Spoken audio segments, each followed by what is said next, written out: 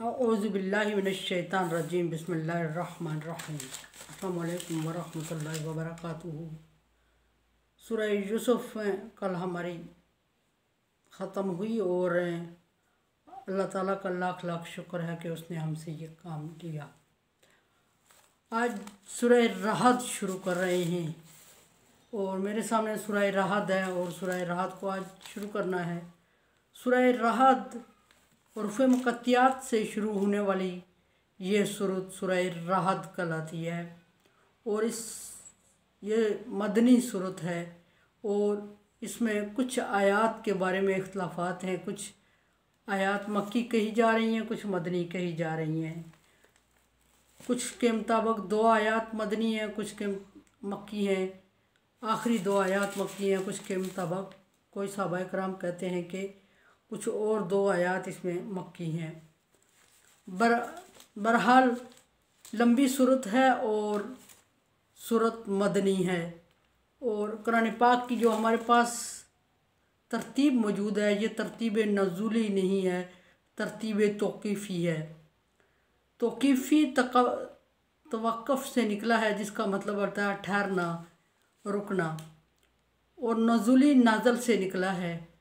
नाज़ल होने की जो तरतीब थी उसके मुताबिक ये तरतीब हमारे पास मौजूद नहीं है। जैसा कि नाज़ल होने वाली सूरत इक़रा बिस्मि रब्बिकल लज़ी सूरह अलक़ की पहली 5 आयात नाज़ल हुई गार हिरा में। सबसे पहले इक़रा बिस्मि रब्बिकल लज़ी खलक़ खलक़ल इंसान मिन अलक़, और तरतीब नज़ूली वो कहलाती है।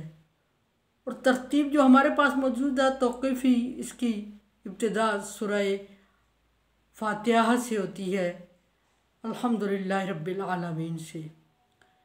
ये क्यों है, ये इसकी हिकमत है कि नबी सल्लल्लाहु अलैहि वसल्लम पर जिस मौका महल के मुनासबत से जो कोई आयत नाज़ल होती, आप उस आयत को उससे रेलिवेंट पहली आयत के साथ लिखवाते जाते और बिला आखिर लिखवाते लिखवाते ये कुरान पाक हमारे पास जो मौजूद है इस सूरत में मुकम्मल हुआ। इसी तरह सूरतों के बारे में भी इख्तिलाफ़ है कि कुछ सूरतें मक्की और सूरतें मदनी कहलाती हैं। अक्सर ये है कि जो छोटी सूरतें हैं वो मक्का में नाज़िल हुई और जब लंबी सूरतें हैं वो सारी सूरतें मदनी हैं। लेकिन लंबी सूरतों के कुछ आयात मक्के में नाज़िल हुई, पर तरतीब के लिहाज से नबी सल्लल्लाहु अलैहि वसल्लम ने उनको मदनी सूरत में डाल दिया।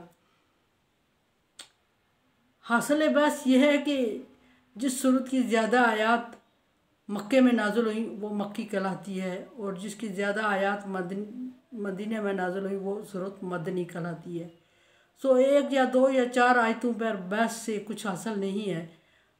सूरत मदनी है क्योंकि इसकी ज़्यादा हिस्सा मदीने में नाज़िल हुआ। अब आते हैं इससे सूरत के नाम की तरफ। इसका नाम सूरह रहद है।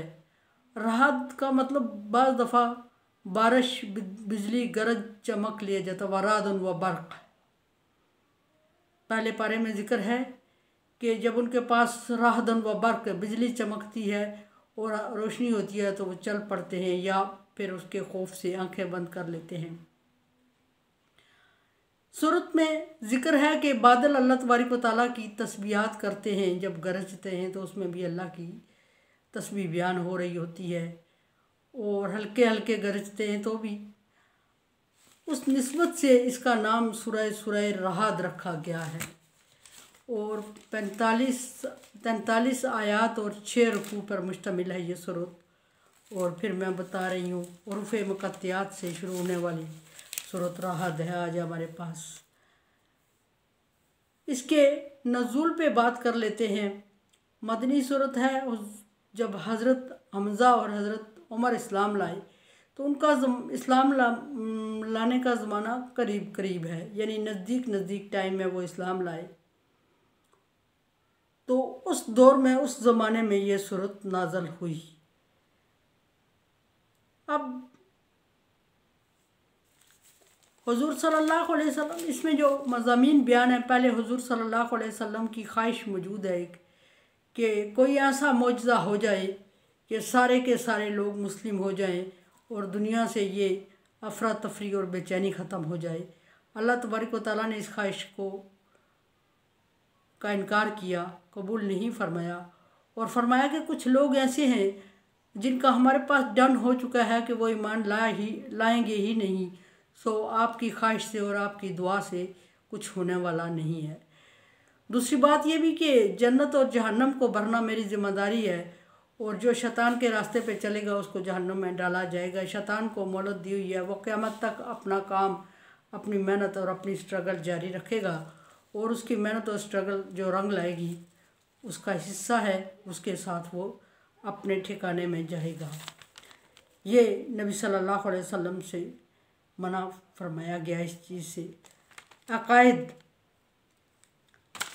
मरकज़ी ख्याल सुरूद का बयान हुआ है इसमें, और मरकज़ी ख्याल किताब की अज़मत बयान हुई है, और ये भी कि किताब अल्लाह तबारक व तआला की तरफ से नाज़ल करदा है। खुदा न खास्ता पीछे बाहर ज़िक्र हुआ है कि नबी सल्लल्लाहु अलैहि वसल्लम पर इतराज़ किया गया कि ये आप सल्लल्लाहु अलैहि वसल्लम की अपनी बनाई हुई किताब है, अपनी लिखी हुई किताब है, अपनी कही हुई शायरी है। सो इससे इनकार किया गया। फिर कुछ अकायद ज़िक्र हुए इस किताब में, और अकायद में सबसे पहला अक़ीदा हस्ब मामूल अक़ीदा तौहीद ज़िक्र हुआ है, और फिर अक़ीदा तौहीद की दो बुनियादें ज़िक्र हुई हैं। वक्त आने पर इस पर ज़िक्र किया जाएगा। और अक़ीदा रसालत ज़िक्र हुआ है। इसमें नबी सल्लल्लाहु अलैहि वसल्लम अल्लाह तबारक व तआला के आखिरी पैगंबर करार दिए गए, और आपके बाद कोई नबी नहीं आएगा, और मुसलमान होने के लिए मोहम्मद रसूलुल्लाह पर यकीन रखना, आखिरी नबी पर यकीन रखना अज़हद ज़रूरी है। अक़ीदा आखरत ज़िक्र किया गया, और अक़ीदा आखरत के बारे में कि अगर आपका अक़ीदा आखरत का मतलब ये नहीं है कि मौत आनी है। मौत के बारे में हर बंदे का यकीन है। अक़ीदा आखरत का मतलब यह है कि जो अगली ज़िंदगी शुरू होगी वो इन अमाल की नतीजे पर शुरू होगी, रिज़ल्ट पर शुरू होगी, और इन अमाल के अच्छे या बुरे। अगर ये अमाल अच्छे हैं तो अगली ज़िंदगी होगी। जो इस पर ईमान लाएगा वो मोमिन है। अगर अक़ीदा आखरत से कोई इनकार कर रहा है और समझ रहा है कि वो मोमिन है तो वो मोमिन हरगिज़ नहीं है। फिर गैरुल्लाह से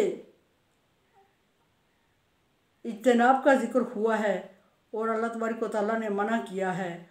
और फिर अक़ीदे के रूहानी और अखलाकी क़वाइद ज़िक्र हुए हैं कि अक़ीदे के रूहानी और अखलाकी क़वाइद क्या हैं, और रूहानी और अखलाकी पहलू ज़िक्र हुए हैं उसके।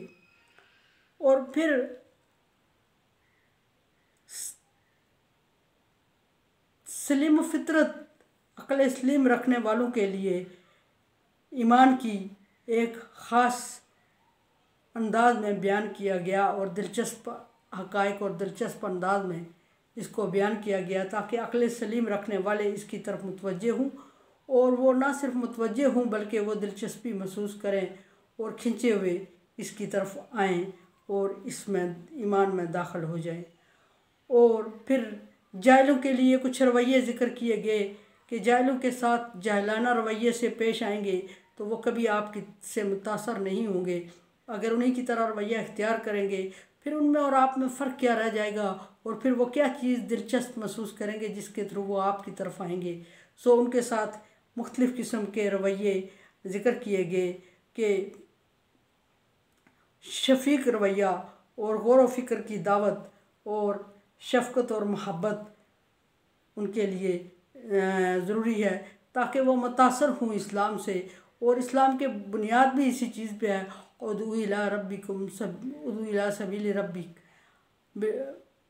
बिल हिकमा व मौइज़ती हसन व जादिलहुम बिल्लती अहसन, कि अल्लाह तबारक व तआला के राह की तरफ बढ़ाओ अच्छे तरीके से और वाज़ व नसीहत के और मदल्लल मुज़ाकरात के साथ। मदल्लल मुज़ाकरात के साथ जादिलहुम बिल्लती अहसन का मतलब मदल्लल मुज़ाकरात इसलिए ताकि वो आपसे मुतासर हों। अगर आपके पास अपने जो आप पॉइंट ऑफ व्यू बयान कर रहे हैं, जो आप बात कर रहे हैं, उसको मनवाने के लिए आपके पास दलाइल नहीं है तो फिर आप बहस के मैदान में मत उतरा करें। फिर फरमाया कि गौर व फिक्र की दावत दी गई कि ज़मीन और आसमान का पैदा करने वाला, और फिर सूरज चाँद तारों को एक दूसरे के साथ बराबर चलाने वाला, और रात और दिन के एक म्यारी वक्त के मुताबिक मुअद्दब अंदाज के साथ एक ही वक्त में चलते रहना, इसके लिए फिर गौर व फिक्र की दावत दी गई कि सोचें। फिर शफ़क़त और मोहब्बत को ख़ास अहमियत दी गई दोबारा कि शफ़क़त और मोहब्बत के साथ पेश आएँ गैर मुस्लिमों से भी। और एतराज़ात कुछ एतराज़ात जो मुश्रिकीन मक्का या कुफ़ार थे, उनके कुछ एतराज़ात का ज़िक्र हुआ है, और फिर उन एतराज़ात के जवाबात भी दिए गए, और एतराज़ात के जवाबात से उनको मुतमईन करना मकसद था, वो भी हुआ, इसमें बयान है। और फिर अहले इस्लाम के लिए दूसरों के रवैयों से तंग आकर इस्लाम को छोड़ देने की नफ़ी की गई और मुसलसल जद्दोजहद की गई, ताकि दूसरों के रवैये से बददिल होके इस्लाम को छोड़ नहीं देना, बल्कि आखिर दम तक फला तमूतुन्ना इल्ला व अंतुम मुस्लिमून की तरफ इशारा किया गया कि मरते दम तक मुसलमान रहना है और जद्दोजहद करनी है इस्लाम के लिए, और हिम्मत नहीं हारनी है।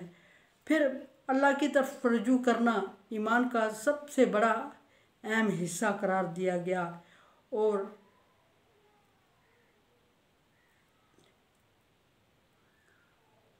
सबसे लजीज अमल ज़िक्र किया गया इस्लाम का। और उसके बाद फिर मोजज़ात का ज़िक्र किया गया, और ये ज़िक्र किया गया कि मोजज़ात सारे अल्लाह तबारक व तआला की तरफ से होते हैं, और कोई दूसरे के अल्लाह के अलावा कोई मोजज़ात नहीं दिखा सकता, मोजज़ात अल्लाह के हाथ में होते हैं। और फिर इस सूरत के डिटेल में इंशाअल्लाह कल बात होगी। अहम ज़िक्र होने वाले जो इसमें पॉइंट हैं वो मैंने आपके सामने ज़िक्र कर दिए, और अब इन पर तफसीली बहस जो ये कोई भी टॉपिक आता जाएगा उस पर इसकी तफसीली बहस होती जाएगी। सूरह राद शुरू कर हुई है, और बिस्मिल्लाहिर्रहमानिर्रहीम से शुरू हुई है। अऊज़ु बिल्लाहि मिनश शैतानिर रजीम, बिस्मिल्लाहिर्रहमानिर्रहीम से। अऊज़ु बिल्लाह की बात कर लूँ मैं कि शैतान मरदूद से बचने के लिए अल्लाह की पनाह में आते हैं, और बिस्मिल्लाहिर्रहमानिर्रहीम के कोई भी काम अल्लाह के नाम से शुरू करते हैं जो मेहरबान और रहम करने वाला है। उसके बाद दुआ करें कि अल्लाह तबारक व तआला न सिर्फ सूरह राहत बल्कि पूरे कुरान पाक को कंप्लीट करने की तौफीक अता फरमाए, और वो अल्फाज बोलने की तौफीक अता फरमाए जो वो चाहता है, और वो अल्फाज हमारी ज़ुबान से ना निकाले जिसको वो पसंद नहीं करता। उस तरह दीन की खिदमत, उस तरह दीन का काम ले जिस तरह वो चाहता है, और पूरी ज़िंदगी लेता रहे जब तक ज़िंदा हैं, इस्लाम पे काम करते रहें, और अल्लाह तबारक व तआला इसको कबूल फरमाए। मेरे चैनल को आप सब्सक्राइब कर रहे हैं, thank you so much. Like dislike as you like. मेरे लिए दुआ किया करें। ला खौफुन अलैहिम वला हुम यहज़नून में कर दे अल्लाह ताला। कोरोना वायरस से बचने के लिए एहतियाती तदाबीर और वैक्सीनेशन, सबसे बड़ी एहतियाती तदबीर और सबसे बड़ी वैक्सीनेशन दुआ है। अल्लाह तबारक व तआला से दुआ करें कि अल्लाह तबारक व तआला इस मर्ज़ को दुनिया से ख़त्म कर दे। अल्लाह हाफ़िज़।